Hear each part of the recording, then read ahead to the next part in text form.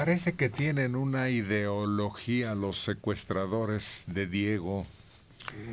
Según quien ha analizado este delito a fondo, Miranda de Wallace, esta señora detalla que la banda internacional de secuestro a la que presuntamente pertenece el chileno Raúl Julio Escobar Poblete suele analizar a las víctimas, a los que condenan por la riqueza que poseen, que no se merecen.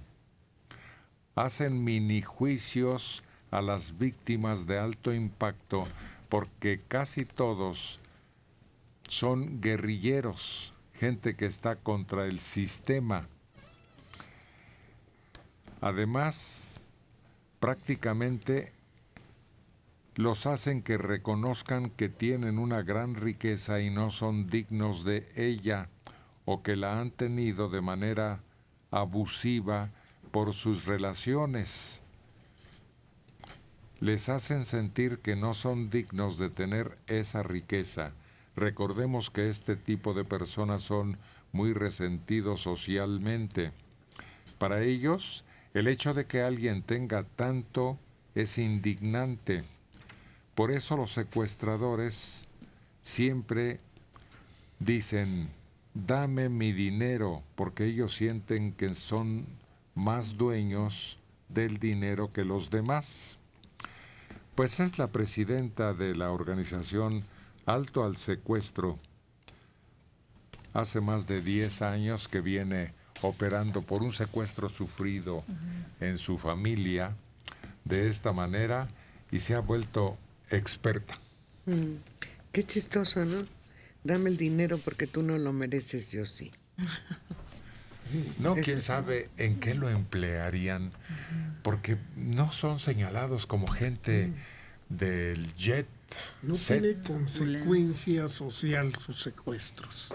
Es decir, en alguna época sí era para financiar la rebelión de X o Y grupo, pero ahora ahí muere. Es decir, el dinero que le quitan al jefe Diego, pues ahí quedó con ellos. No fue a dar a los pobres o a un movimiento. Pero eso falta por aclarar. ¿En qué lo emplean? ¿Y cómo lo distribuyen? ¿Cómo lo manejan? ¿Cómo, si es que hay inversiones, las hacen? Eso está por verse. Y si viven tranquilamente, sin grandes lujos, ahí te entra la desconfianza de que no es para ellos y su disfrute, sino vivirían en poblaciones de lujo como Estados Unidos o Francia o Italia o España. Entonces sí habría un cambio ideológico y sería totalmente otro significado. Por ejemplo, las FARC, los guerrilleros colombianos, sí secuestraban, pero utilizaban ese dinero no para su enriquecimiento, sino para fortalecer el movimiento. Entonces, de aquí determinaría todo. Si ellos utilizaban esto para una cuestión de tipo político, es muy distinto que si lo utilizan para enriquecerse, porque si lo utilizan para enriquecerse, acaban siendo tan malvados como los que llegaron a tener dinero. O sea, entonces, además, si se enriquecieran ellos, el grupo se iría disgregando. Pero no, siguen ahí. Quiere decir que tienen una esencia no solo por ambición de dinero y de poder, sino son otras razones. Incluso en los reclusorios no los tratan igual. Evidentemente no trataban igual a Goyo Cárdenas que a Siqueiros, por ejemplo, cuando estaba en la cárcel. Aún en esos ambientes hay un reconocimiento a ciertas intelectualidades.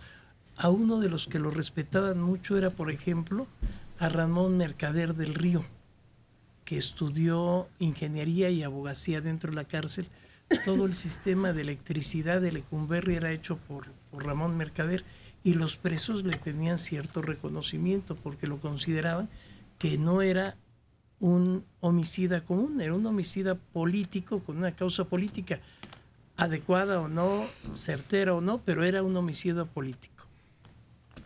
Aquel ladrón de la antigüedad que repartía todo lo que obtenía entre los pobres. Robin Hood. Ese, Chucho el Roto. desde la historia más remota, se habla de que ese era su propósito siempre en Pues sus sí, actividades. sí, era una etapa muy de gran discusión sobre la legitimidad del trono en Inglaterra.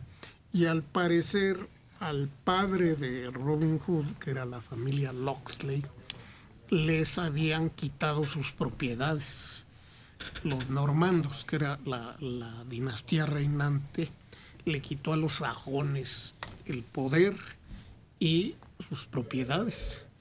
Entonces, por eso Robin Hood decía, yo no estoy robando, yo estoy tomando de mi predio los venados y los bienes que se dan en ella.